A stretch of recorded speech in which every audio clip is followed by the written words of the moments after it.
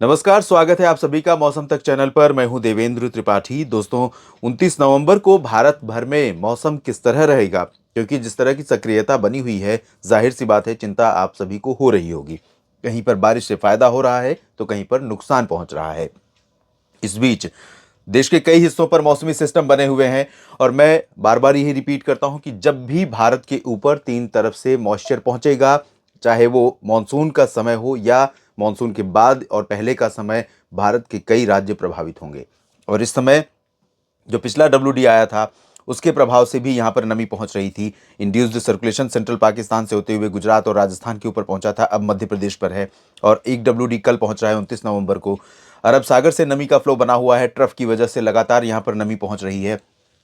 बंगाल की खाड़ी पर लो प्रेशर बन चुका है, पश्चिमी दिशा में मूव कर रहा है। इंटेंस होगा ये सिस्टम जल्दी ही, और इंटेंस होने के बाद ये अनुमान है कि 30 नवंबर या 1 दिसंबर के आसपास ये साइक्लोनिक स्टॉर्म बन जाएगा, तूफान बन जाएगा, और तकरीबन यहाँ पर इसके फॉर्मेशन की संभावना नजर आ रही है।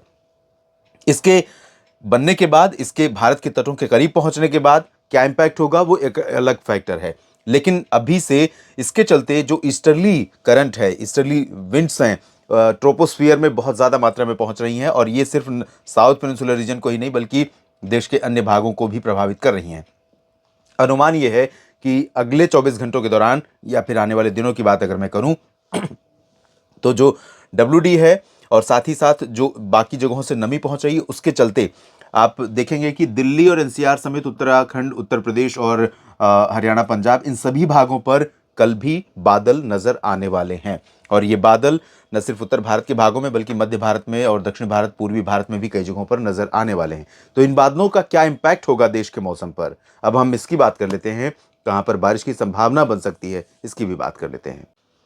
उत्तर भारत के पहाड़ों पर जब WD पहुंच रहा है, तो पर्वतीय इलाकों में, जम्मू कश्मीर में आप देख सकते हैं, मॉडल भी इंडिकेट कर रहा है, यहाँ पर संकेत दे रहा है कि श्रीनगर से लेकर काजीगुंड, गुलमर्ग, पहलगाम और पूरब में या दक्षिणी क्षेत्रों में, यहाँ पर भी जम्मू, कटरा, उधमपुर में भी कुछ स्थानों पर वर्षा हो सकती है।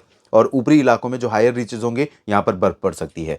हिमाचल प्रदेश और उत्तराखंड में भी कुछ स्थानों पर वर्षा या बर्फबारी की संभावना है। लेकिन अच्छी बात यह है कि क्योंकि उत्तरकाशी में जो टनल का, सिलक्यारा में टनल में फंसे श्रमिकों को निकालने का काम चल रहा है, वहां पर अभी बहुत हैवी स्नोफॉल की आशंका नहीं है। ये बड़ी अच्छी खबर है, बड़ी राहत की खबर है। और अब जिस तरह की खबरें आ रही हैं, उससे ऐसा लगता है कि हम आखिरी चरण में पहुंच गए हैं और जल्दी ही देश को ये खुशखबरी मिल सकती है कि उन श्रमिकों को सुरक्षित निकाल लिया गया है।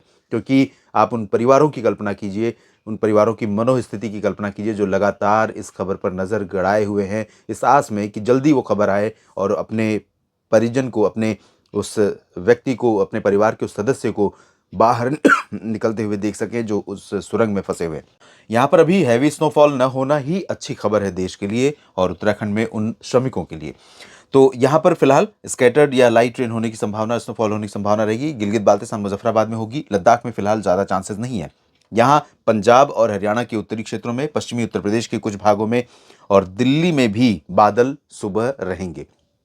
धीरे धीरे दोपहर तक, या मैं कहूँगा शाम 4-5 बजे तक, पश्चिमी दिशा की नहीं बल्कि पूर्वी दिशा की हवाएं चलती रहेंगी।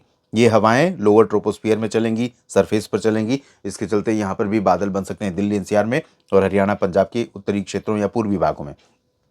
लेकिन ये हवाएं अभी बहुत ज़्यादा डेंस क्लाउडिंग को कह सकते हैं कि प्रोड्यूस नहीं करेंगी। लेकिन धीरे धीरे जब WD पहुंच जाएगा, तब जो 30 नवंबर की सुबह होगी, उस दौरान आप देखेंगे कि दिल्ली और NCR समेत हरियाणा, पंजाब, पश्चिमी उत्तर प्रदेश के तमाम इलाकों पर काफ़ी घने बादल दिखाई देंगे और यहाँ पर बारिश की संभावना फिर से बनेगी।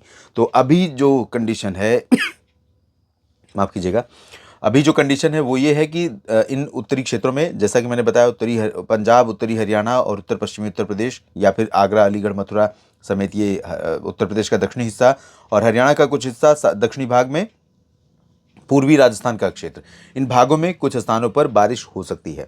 लेकिन इसकी प्रोबेबिलिटी दिन भर में या शाम के समय बहुत कम रहेगी। 29 नवंबर की शाम से लेकर के ठंडक बढ़नी शुरू हो जाएगी, जैसे हवाएं चलना शुरू होंगी और उसके चलते मिनिमम टेम्परेचर में गिरावट होनी शुरू हो जाएगी। और 30 नवंबर की सुबह मौसम बेहद ठंडा होगा, इन सभी भागों में आप महसूस करेंगे।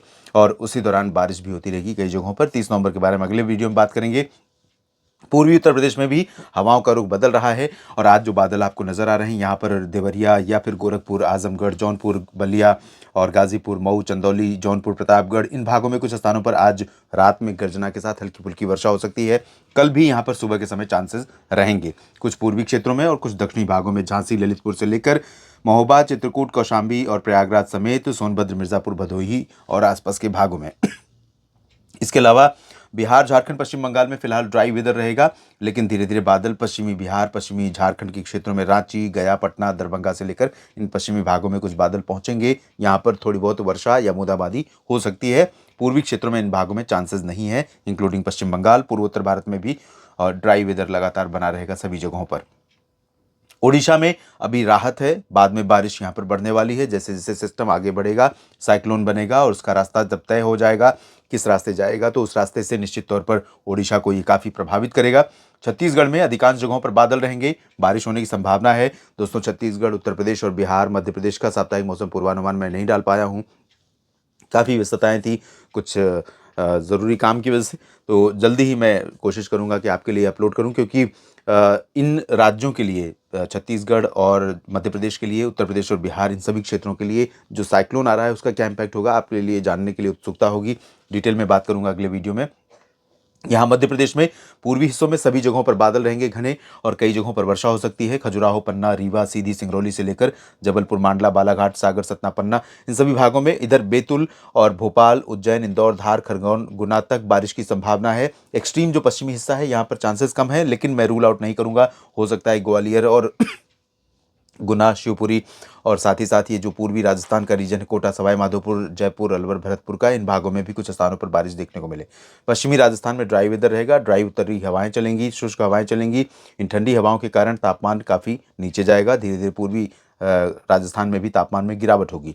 गुजरात में शुष्क मौसम के बीच में उत्तरी हवाओं का असर यहाँ पहुंचेगा, तापमान गिरेगा, बारिश के बाद मौसम काफ़ी ठंडा हो जाएगा। तो लंबे समय के इंतज़ार के बाद यहाँ पर सर्दी का जो प्रभाव है वो आप देखेंगे, वो आप महसूस करेंगे। महाराष्ट्र में अगर हम देखें, विदर्भ का पूरा रीजन प्रभावित होगा और विदर्भ में, जैसा कि मैंने महाराष्ट्र के वीकली वेदर में भी बताया था, कि 2-3 दिनों का, 4 दिनों का स्पेल होने जा रहा है। तो कई जगहों पर राज्य के कई जिलों में वर्षा की गतिविधियां होंगी, चाहे वो नागपुर हो या कोला, अमरावती हो। और मराठवाड़ा या मध्य महाराष्ट्र में कुछ स्थानों पर बारिश की संभावना है।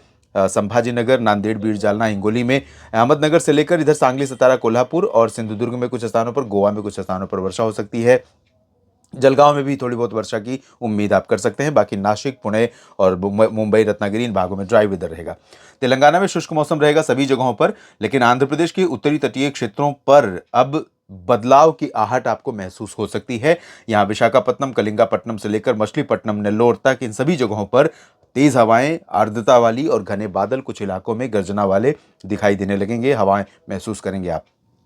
तमिलनाडु के तटों पर और नेल्लोर समेत दक्षिणी तटीय आंध्र प्रदेश के क्षेत्रों में कई जगहों पर भारी वर्षा हो सकती है। पुदुचेरी में भी भारी बारिश की उम्मीद है और तमिलनाडु का आंतरिक इलाका काफ़ी हद तक प्रभावित होगा और यहाँ सभी जिलों में, सभी शहरों में बारिश होने की संभावना है। तटीय कर्नाटक, केरल, लक्षद्वीप में भी बारिश के आसार हैं और आंध्र प्रदेश के रायलसीमा में कुछ स्थानों पर बारिश होगी। आंतरिक कर्नाटक में अगर हम देखें तो बेंगलुरु में थोड़ी बहुत वर्षा हो सकती है, लेकिन बाकी जगहों पर चांसेस आंतरिक कर्नाटक में बहुत कम नजर आ रहे हैं। अंडमान और निकोबार द्वीप समूह में लगातार मध्यम से भारी बारिश की गतिविधियां, खासतौर पर साउथ, जो आइलैंड्स हैं साउथ वाले, इन भागों में कई जगहों पर भारी बारिश की गतिविधियां जारी रहेंगी। इस वीडियो में भी इतना ही।